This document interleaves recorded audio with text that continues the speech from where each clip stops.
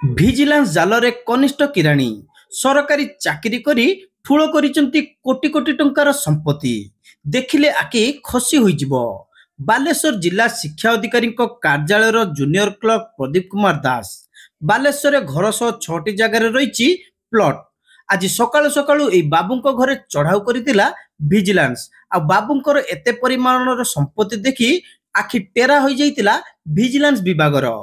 କୋଟି କୋଟି ଟଙ୍କାର ସମ୍ପତ୍ତିର ମାଲିକ ବାଲେଶ୍ୱର ଜିଲ୍ଲାର ଶିକ୍ଷା ଅଧିକାରୀ କାର୍ଯ୍ୟାଳୟର ଜଣେ କନିଷ୍ଠ କିରାଣୀ। କୁବେର କନିଷ୍ଠ କିରାଣୀଙ୍କ ଅଙ୍ଗାର ଗଡ଼ିଆରେ 3 ତଳ ପ୍ରସାଦ 2 ମହଲା ବିଶିଷ୍ଟ 20ଟି ଦୋକାନ ଥିବା ମାର୍କେଟ କମ୍ପ୍ଲେକ୍ସ, ଯାହାର ମୂଲ୍ୟ ପ୍ରାୟ 1 କୋଟି ଟଙ୍କା ହେବ। ରେମୁଣାରେ 2ଟି ପ୍ଲଟ, ଖଣ୍ଡାପଡ଼ାରେ 2ଟି ପ୍ଲଟ ସହ ଶେରଗଡ଼ରେ ଗୋଟିଏ ପ୍ଲଟ ରହିଛି। ଏହା ସହ ଭିଜିଲାନ୍ସ ହାତରେ ଲାଗିଛି ବାବୁଙ୍କର bank balance, postal deposit, insurance. ବର୍ତ୍ତମାନ ସୁଦ୍ଧା 1,85,93,476 ଟଙ୍କାର ସମ୍ପତ୍ତି ଆକଳନ କରିଛି ଭିଜିଲାନ୍ସ ବିଭାଗ। ତଦନ୍ତ ଜାରି ରହିଥିବାରୁ ବାବୁଙ୍କର ସମ୍ପତ୍ତି ଆହୁରି ବଢ଼ିପାରେ ବୋଲି କହିଛନ୍ତି ଭିଜିଲାନ୍ସ ଏସ୍ପି ନରହରି ନାୟକ। ଆମର DO office junior clerk Pradeep Kumar Das against ଆୟ ବହିର୍ଭୂତ ସମ୍ପତ୍ତି ଠୁଳ ଅଭିଯୋଗରେ ଆମର ଆଲିଗେସନ୍ ହେଇଥିଲା। ତାକୁ ବେସ୍ କରି ଆମେ ସର୍ଟ ୱାରେଣ୍ଟ ଆପ୍ଲାଏ କରିଥିଲୁ ସ୍ପେଶାଲ ଜଜ୍ ଭିଜିଲାନ୍ସ ବାଲେଶ୍ୱରକୁ।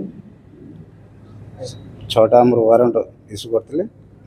6ଟା ଜାଗାରେ ଆଜି ସର୍ଚ୍ଚ କରାହେଇଥିଲା। ଆୟ ବହିର୍ଭୂତ ବର୍ତ୍ତମାନ ସୁଦ୍ଧା 1,85,00,000 ଟଙ୍କାର ପ୍ରପର୍ଟି ଆସେଟ୍ ତାମାନେ ଡିଟେକ୍ଟ ହେଇଛି। ନା ଇନ୍ସୁରାନ୍ସ 10 ଲକ୍ଷ ଉପରେ। Postal deposit, bank deposit deposit ହେଇଛି 1,10,000। ପ୍ଲଟ ହେଲା 7ଟା ପ୍ଲଟ ଅଛି।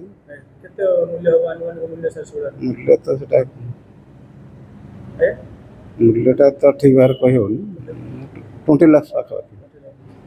ଟୋଟାଲ ଏପର୍ଯ୍ୟନ୍ତ ଆମେ ବାହାରିଛୁ 1,85,00,000 ଟଙ୍କାର ପ୍ରପର୍ଟି ଡିଟେକ୍ଟ କରିଛୁ। ଇନକ୍ୱାରି କରା ଚାଲିଛି। ଇନକ୍ୱାରି ସରିଲା ପରେ ନା ତାଙ୍କର ତା କହିହେବନି।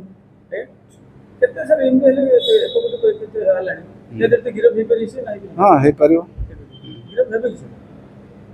ଗିରଫ ତ ହେଇପାରିବେ, ଆମେ ଦେଖୁଛୁ। ବୁଝିଲେ କି?